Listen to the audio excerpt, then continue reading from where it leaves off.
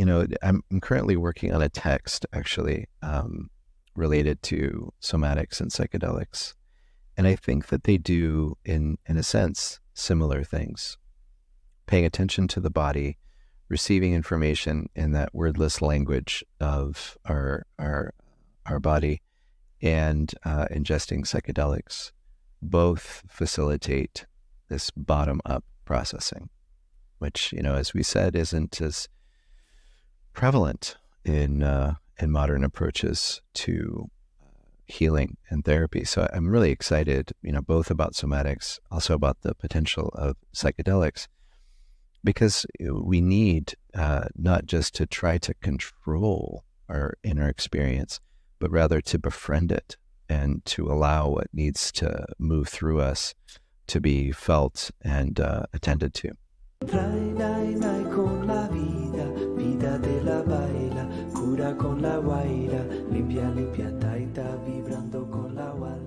In this episode of ayahuascapodcast.com, we talk to Joshua Sylvae.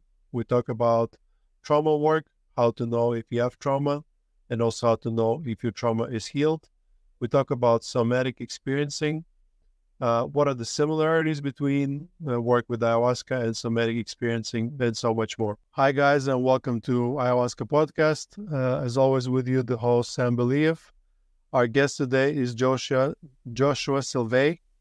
Joshua has been in the field of somatics since 2003. He has MA in clinical psychology, PhD in higher learning and social change. He is a licensed marriage and family therapist and a faculty member at the Somatic Experiencing and Trauma Institute. Joshua, welcome to the podcast. Hey, thanks so much for having me. Joshua, before we begin, tell us a little bit about yourself and what brought you into that field of work. Well, I've been really interested in healing for a good long while now. Started off actually as an activist and was working against environmental devastation. Realized at a certain point that didn't seem like we could talk people into making different choices as regards to our relationship with the natural world. And started to realize that trauma, I think, is at the root of a lot of these very destructive practices that modern humans have adopted. Got interested in somatic experiencing as a way of understanding how we as animals might inhibit the release of traumatic stress and create ongoing cycles of dysregulation and a lack of resilience. And have kind of made that my life's purpose for the last couple of decades. I've worked as a psychotherapist and focused on somatic experiencing. I'm now more in the education side, working with professionals who are themselves interested in treating trauma and distress. That's a very familiar story. You start working with trying to help yourself, and then you eventually start helping others. That's very inspiring. Joshua, for those who don't know, what is somatic experiencing? Well, the first word somatic is related to the Greek soma, and it just means of the body. And experiencing, of course, is the present tense awareness of our moment-to-moment, here and now process.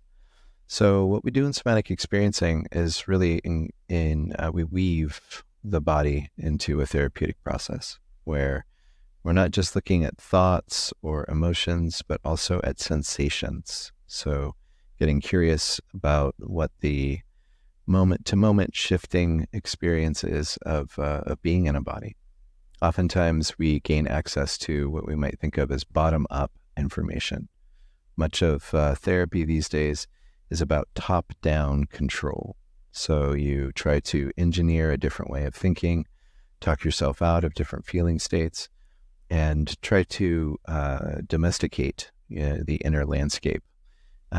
Somatic experiencing is much more about getting curious in terms of how our nervous system might have imprints that store trauma, that keep us stuck and locked into cycles of dissatisfying fight or flight responses, or the freeze response, the shutdown response. Yeah, that makes a lot of sense because we do nowadays spend a lot of time talking and not a lot of time paying attention to the body. And how this looks, let's say a session of somatic experiencing, how does it look in practice? How do you get people to release stuff from their body? Often starting off with stabilization. So the first phase of the work is very much dedicated to helping nervous systems to function more in the way that we're designed. A lot of people who have trauma are in cycles of dissociation, where we've withdrawn our attention from the environment, or hypervigilance, where we know there's something wrong and we're desperately trying to figure out what it is. Very, very little orientation, connecting to the environment through the senses. And so one of the first things we'll do often is to invite people back into the practice of becoming aware of the external environment. Then we'll progress on to attending to the whole of our experience. Oftentimes people who have trauma have gotten locked into a focus on what doesn't feel good. So, this obsessive cataloging of my distressing thoughts, my painful emotions, and my uncomfortable sensations. We invite people to also notice the other side of experience, that there's moments of pleasure, moments of comfort, moments of ease, and it's just as important that we attend to those and really dedicate ourselves to feeling those and making sure that we're aware of that as well. That facilitates what Peter Levine, the originator of somatic experiencing, called pendulation, this movement back and forth between what we might think of as positive, i.e., I like it, or negative, i.e., I don't like it, experiences.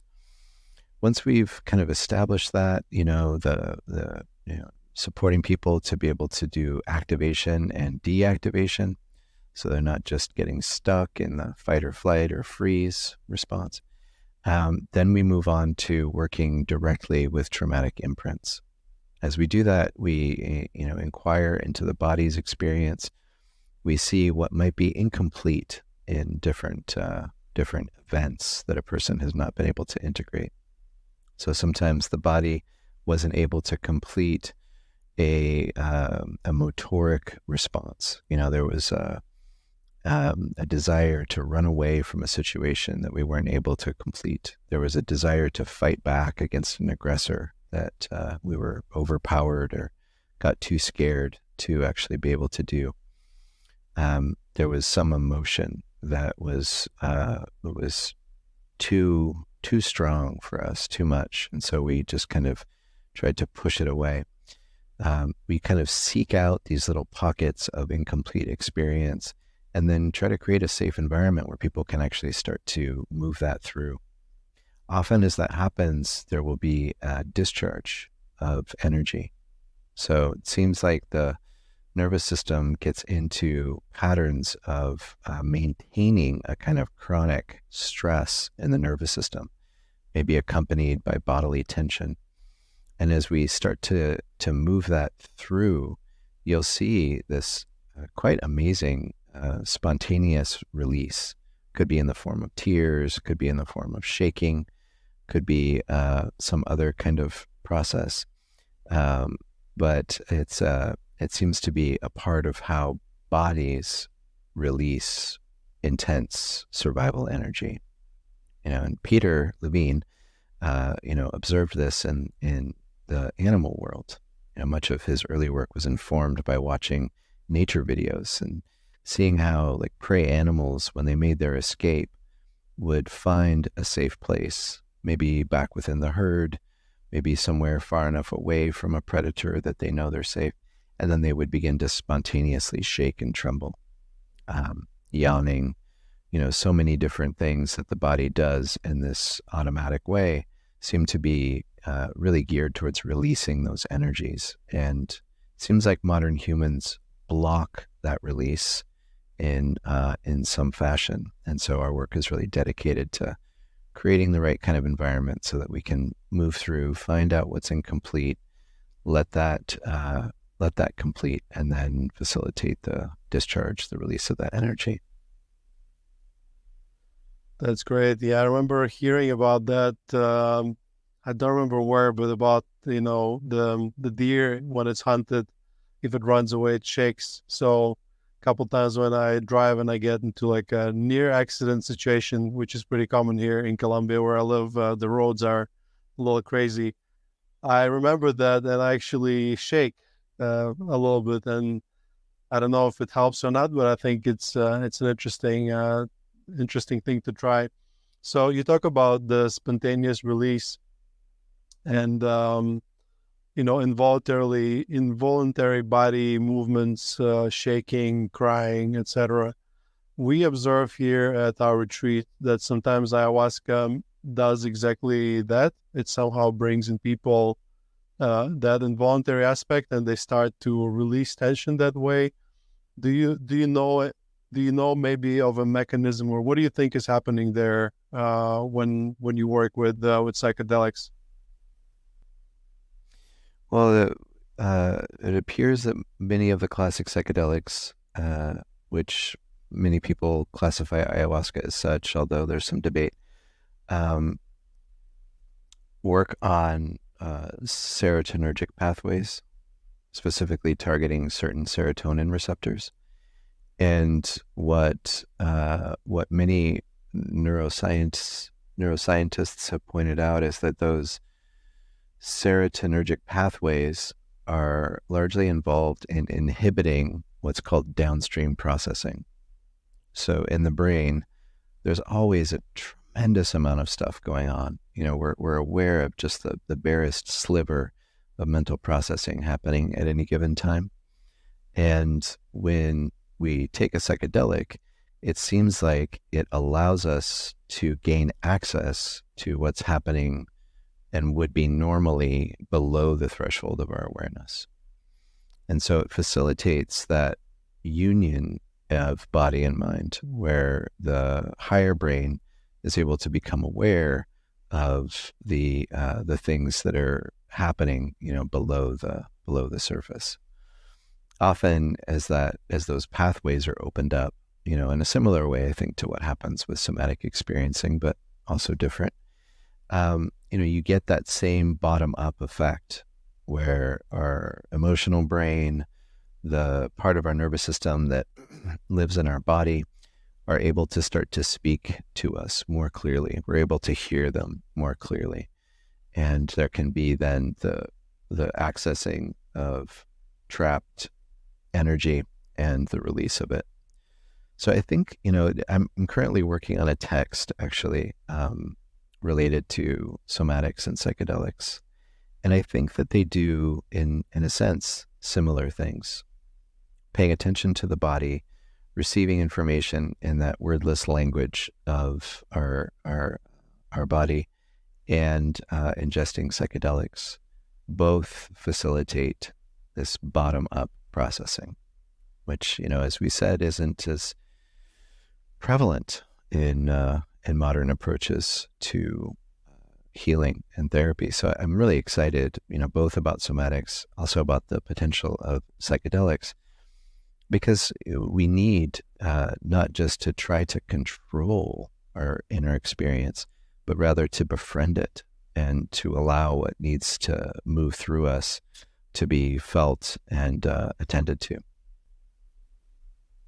So it's interesting that you mentioned the word control, because a lot of work that we do here when we prepare people to drink ayahuasca is to teach them how to let go of control and build a certain amount of trust where they can sort of let go of their ego, let go of control, and allow the experience to take charge.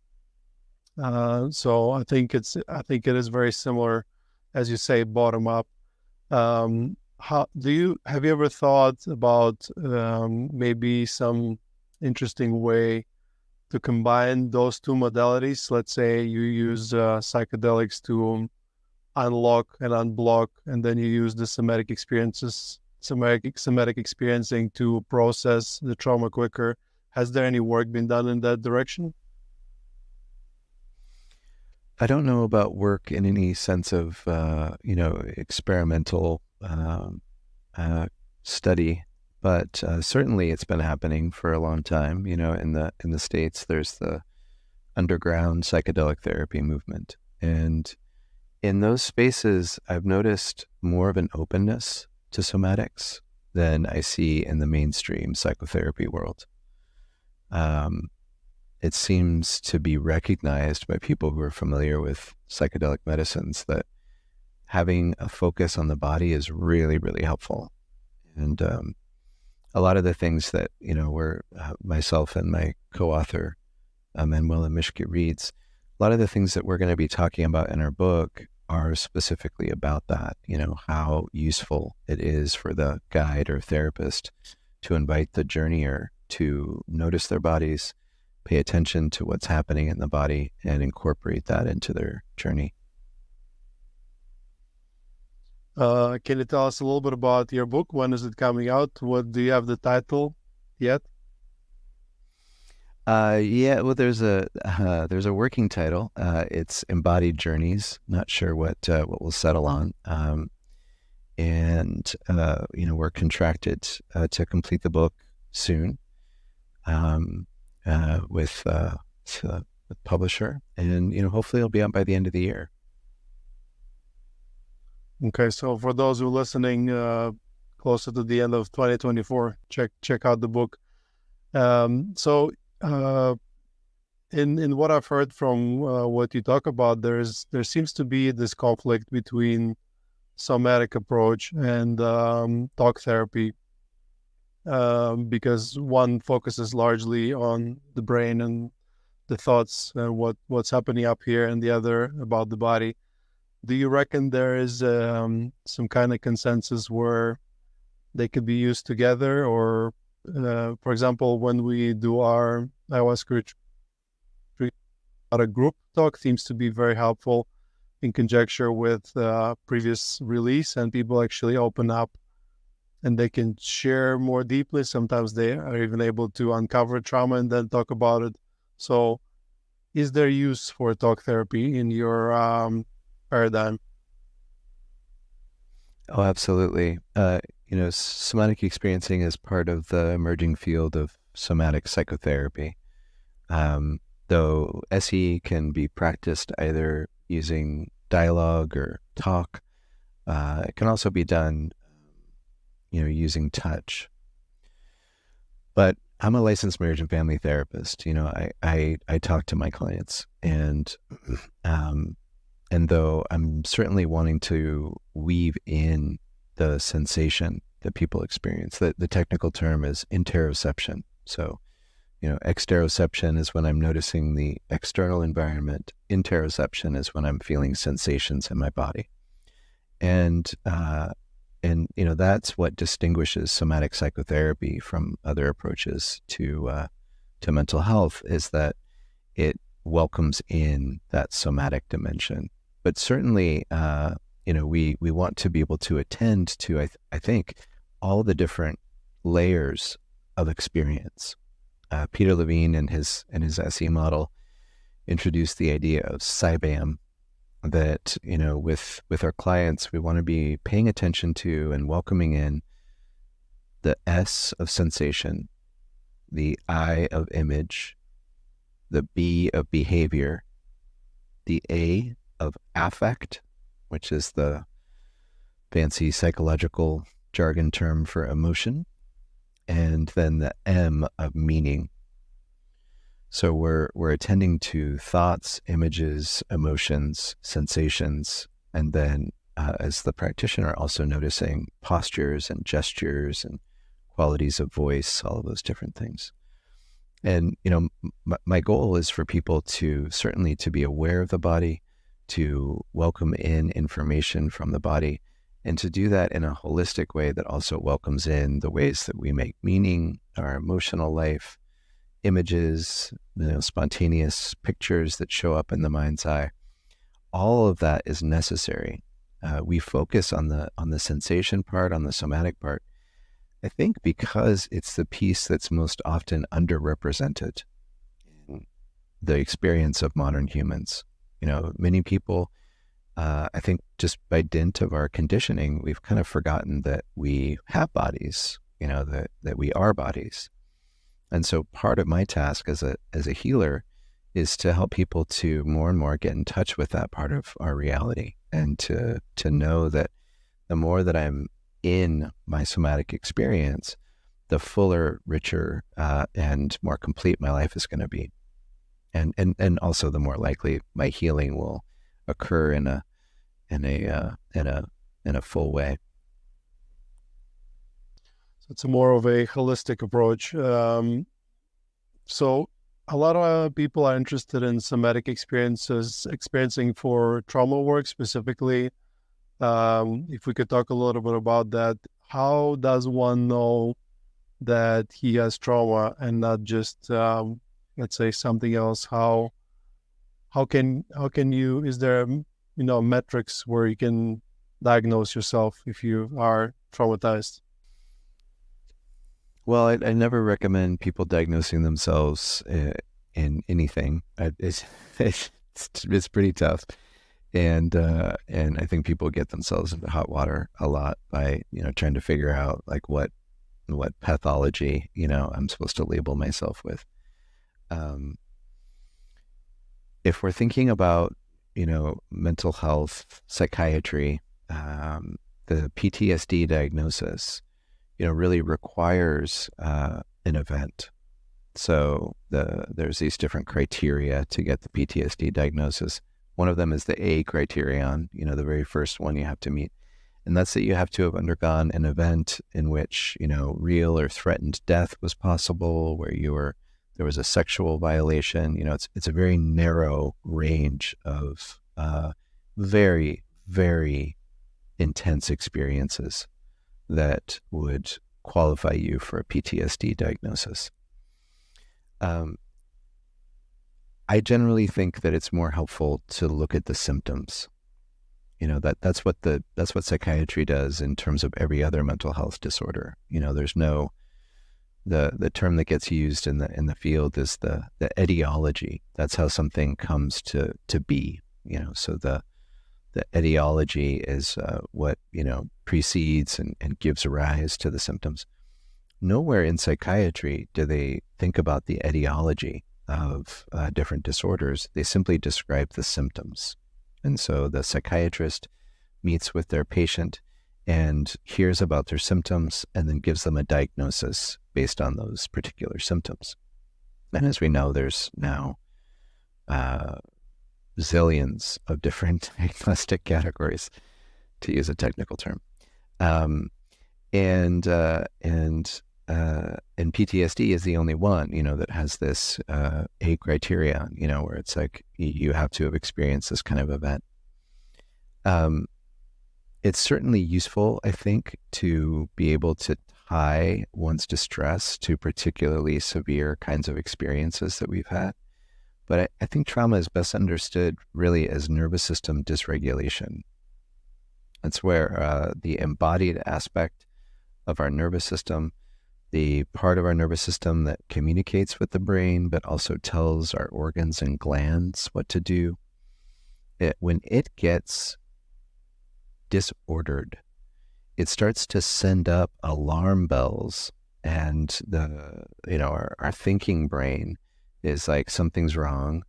What is it? What's wrong? And we start ruminating and thinking, compulsively about, what's the negative things in our life. It creates these emotional states of, anxiety or depression that make it really difficult to function well.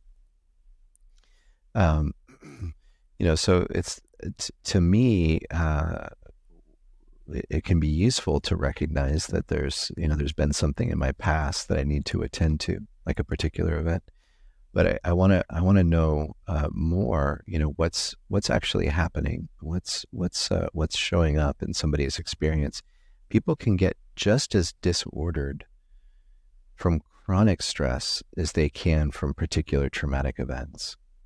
And this is something that I don't think is well understood in the field. That our our nervous system is liable, to the same kinds of dysregulation, we could call it, in response to the accumulation of small stressors, challenges not successfully met, as it can from a single very severe event.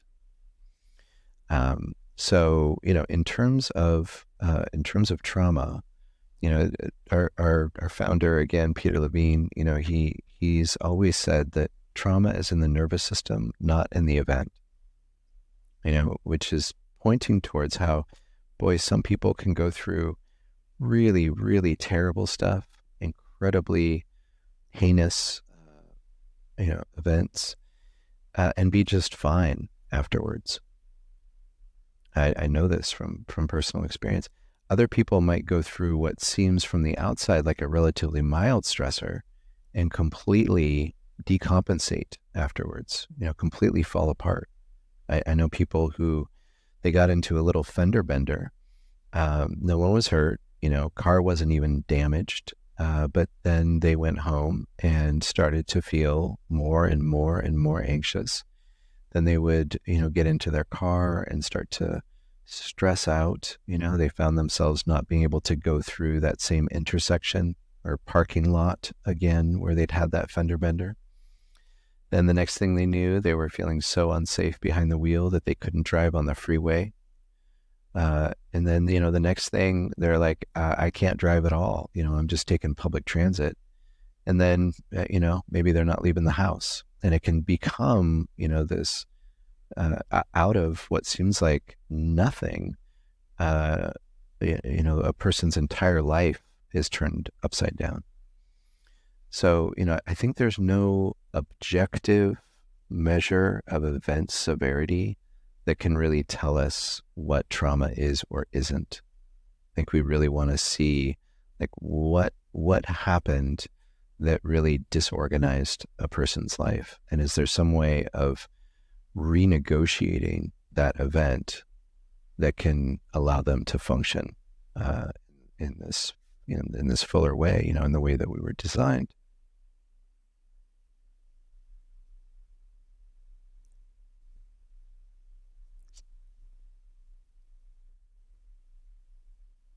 Well, yeah, I mean, so many people, right afterwards, when they go through stuff, they'll find themselves trembling. And an interesting thing about us modern humans is that we don't seem to like it when our bodies do stuff that we didn't tell it to do. And so there's this trembling that's happening, and a person says to themselves, ooh, this is scary. I'm not making this happen. And that feels very eerie.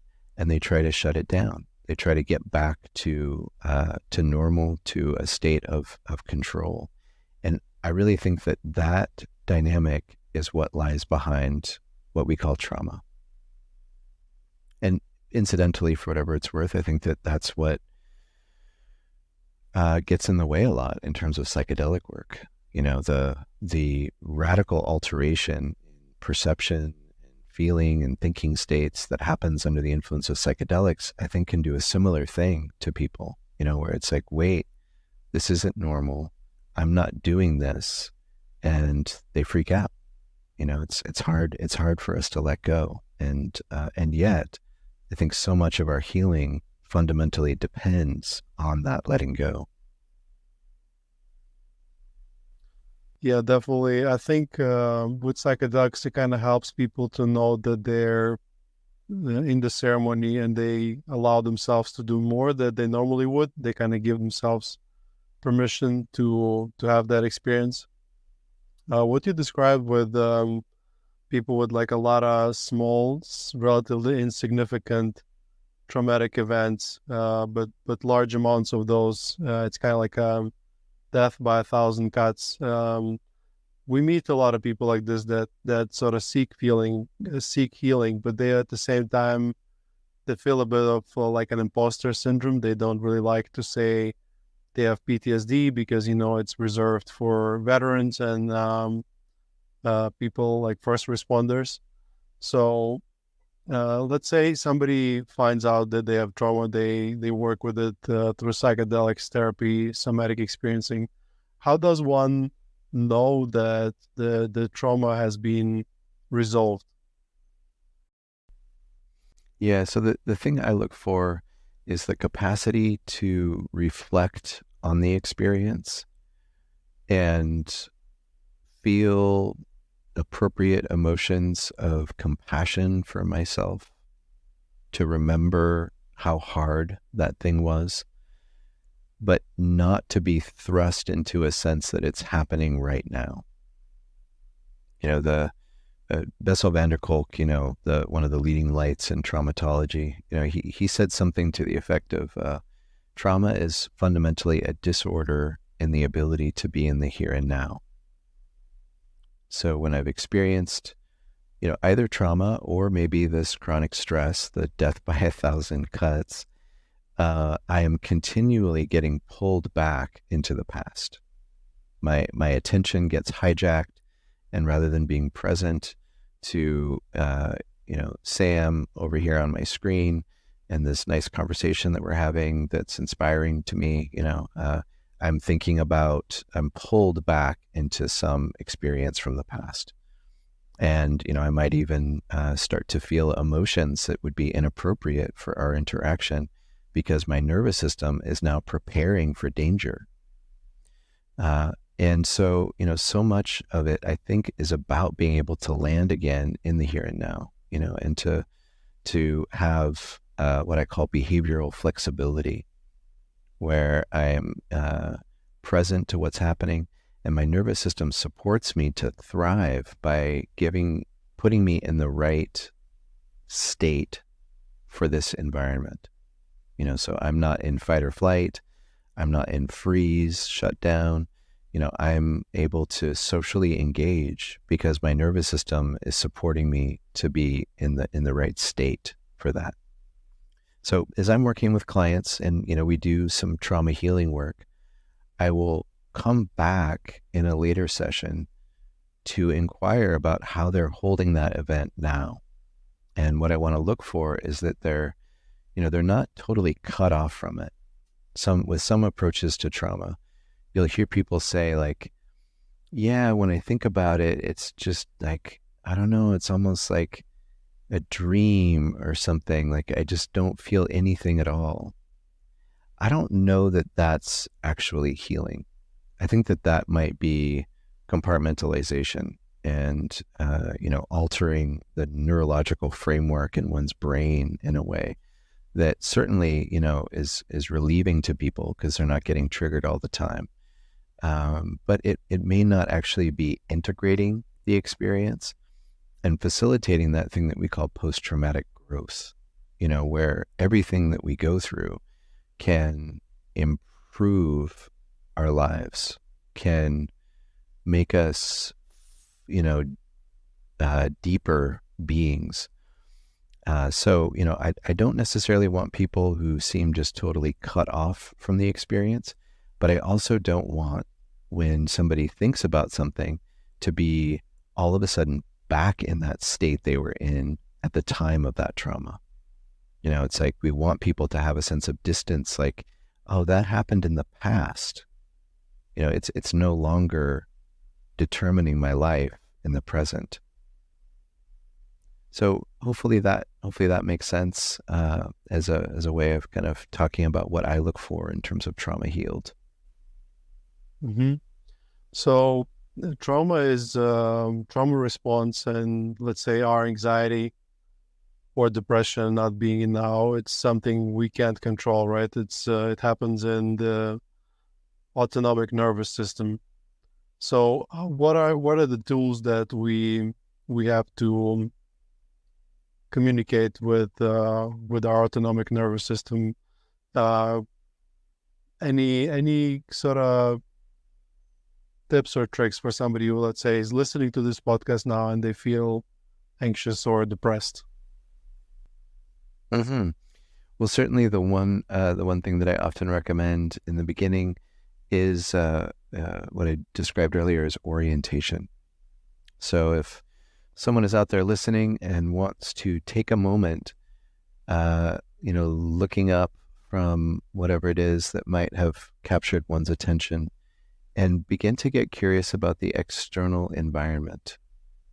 Maybe just for a moment, let your eyes go where they want to go.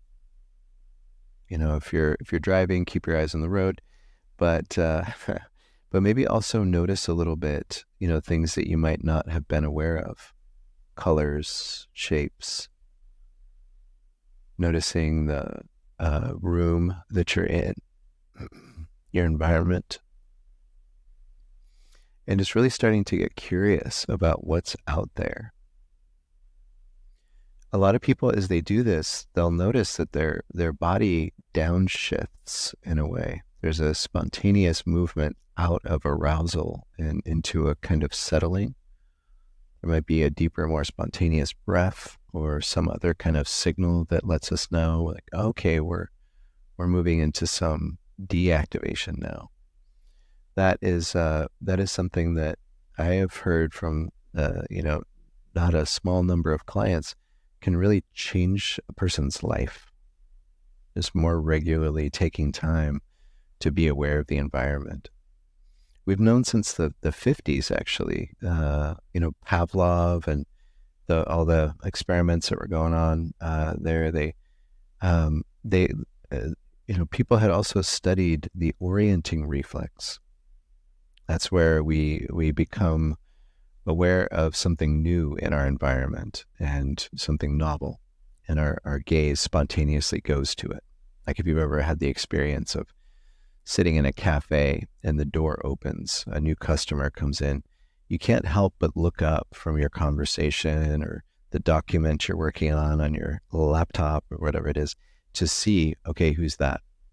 And, in a big city, it's very unlikely that you're going to know who it is. Like, you don't actually need to be engaging in this looking, but our bodies can't help it. It's like we want to keep tabs on what's going on. We want to know.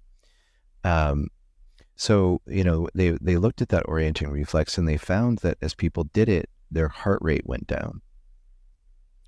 It's almost as if our organism is designed in a way where when we take time to move our eyes, let our head and neck move, swivel, our body says, "Oh, okay, I'm a little bit safer now."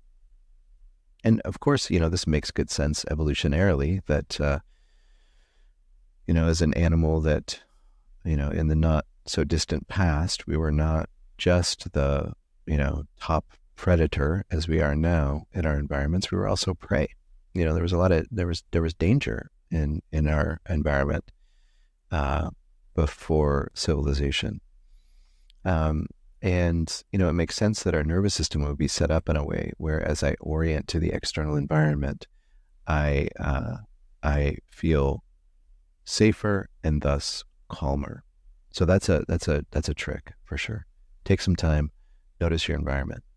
Another thing that I strongly recommend to people, and this was also mentioned earlier in the sort of how I might work with a client.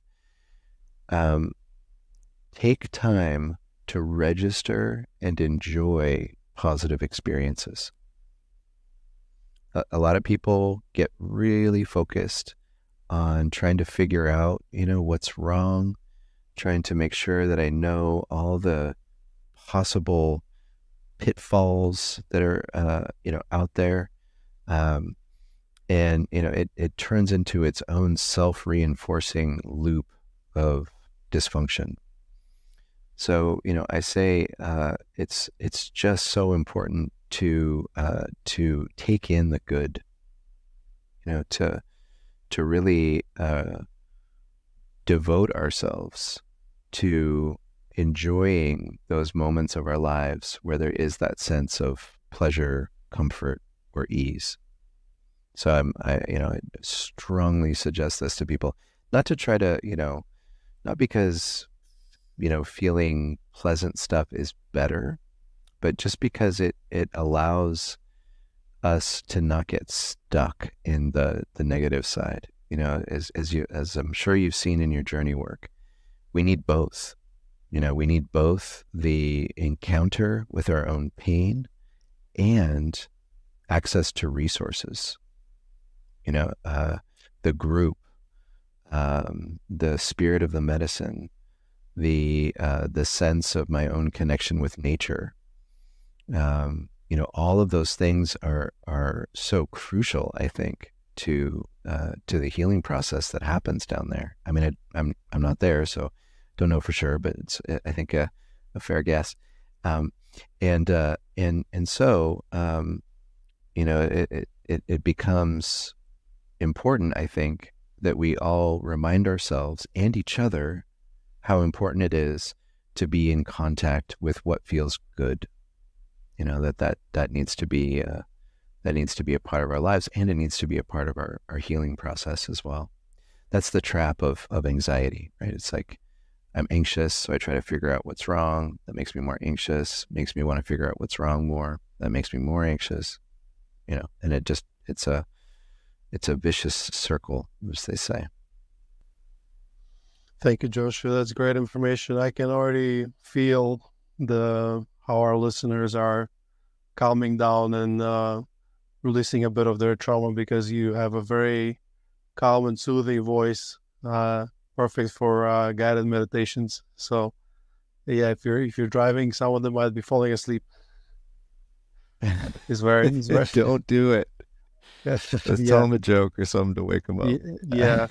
So, you mentioned encountering pain. I think it's very important. Probably in somatic experiencing as much as in the work we do with ayahuasca. A lot of people really want to have pleasant experience, and they want to see beautiful visions. But in reality, most of the work is done when you touch those painful memories and negative feelings, and then you let go of them. You also mentioned breath for a second, because when I think about autonomic nervous system, I automatically think about breath. I think it's one of the easiest things for us to control and be able to calm down ourselves. Do you recommend in your work, do you use any breath work practices? I really like to make sure that people recognize breath as part of that calming response. I'm a little leery of doing too much breath control, because I can see for a lot of people how that leads into these patterns of inhibiting their nervous system that in the long run aren't as helpful. In the short term, like if somebody comes in and they're experiencing panic attacks, their lives are falling apart because they're stuck in this fight or flight response. Breath practices can be really useful for grounding. But one of the things about SE that's really unique is that we're trying to facilitate this bottom up process. And you used the term earlier. I think it's so important. Involuntary body processes. Really getting people accustomed to and comfortable with, the body doing stuff that we're not telling it to do.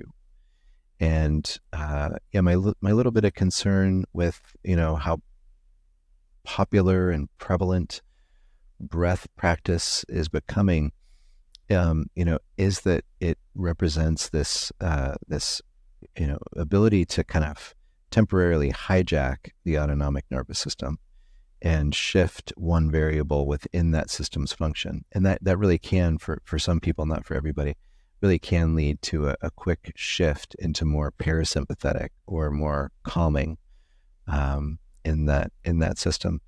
But it doesn't fix the dysregulation.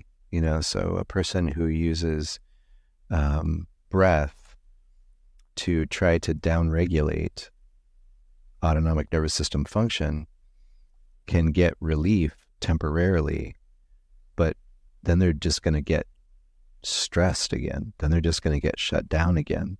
And so, I think it's important that we're not just putting a Band-Aid on that, which You might need the Band-Aid in the short term so that the tissue can really heal, but you got to get in there and kind of work with what's underlying that.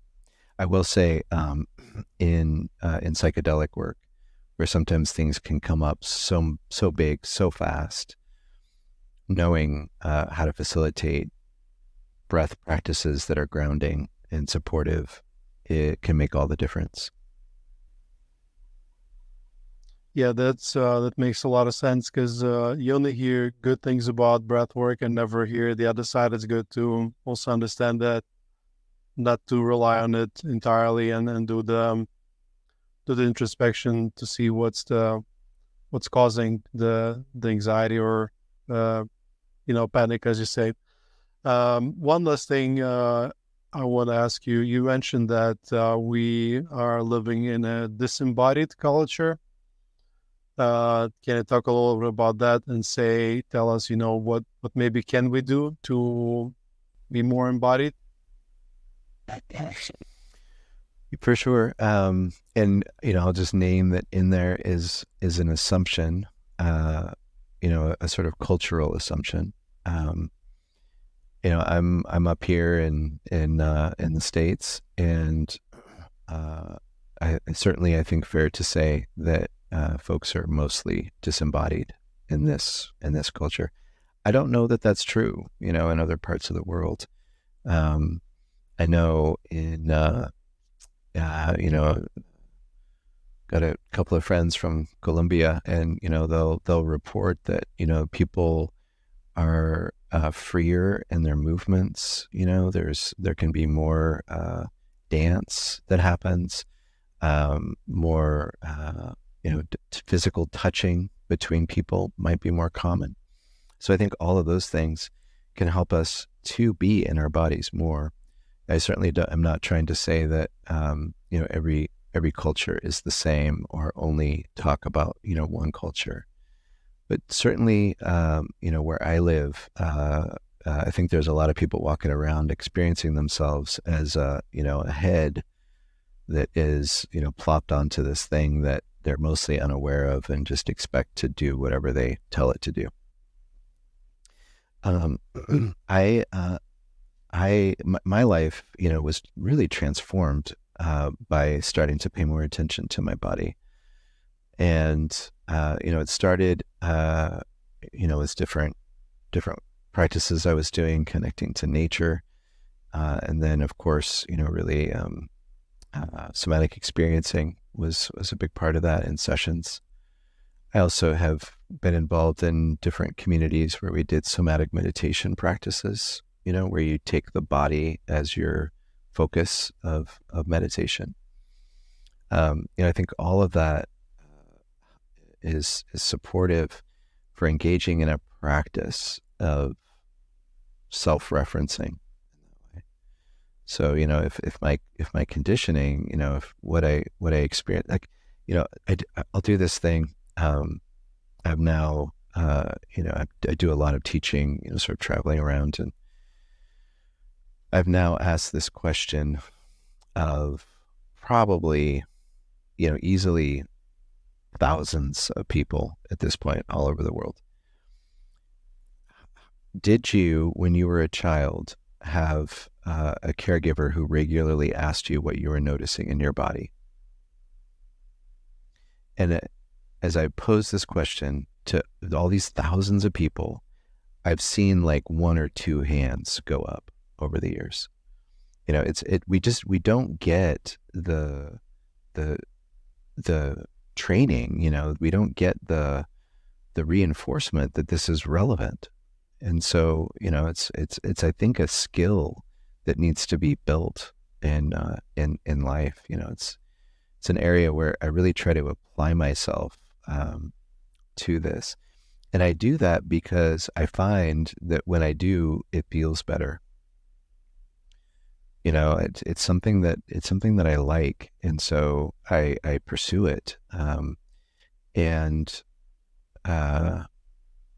so it could be as simple as just putting a little alarm on my phone or computer that dings every so often. And when I hear that ding, I'm like, oh right, okay. And I might have completely lost track of, the fact that, I have this pulsating, kind of slightly magical seeming organism, that's humming away in the background, keeping me alive and communicating to me all of these feelings of aliveness. And in that moment, I just take time and notice. I find that it can be really helpful.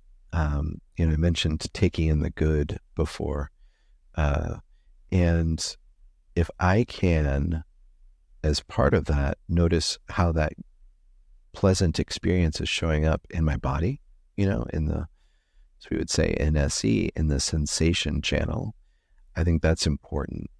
So noticing, especially at first, for trauma survivors, noticing good feelings in the body. And, it's a lot of my clients, their body has been a house of pain. It's where they've been violated.